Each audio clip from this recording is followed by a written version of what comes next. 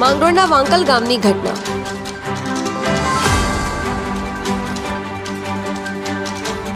આગળ ચાલતી બસ અને પાછળ દોડતી ટ્રક વચ્ચેથી નીકળવા જતા બાઇક ટ્રક અડફેટે આવી ગઈ। જો કે બાઇક સવારની સામાન્ય ઈજા થતા થયો ચમત્કારી બચાવ।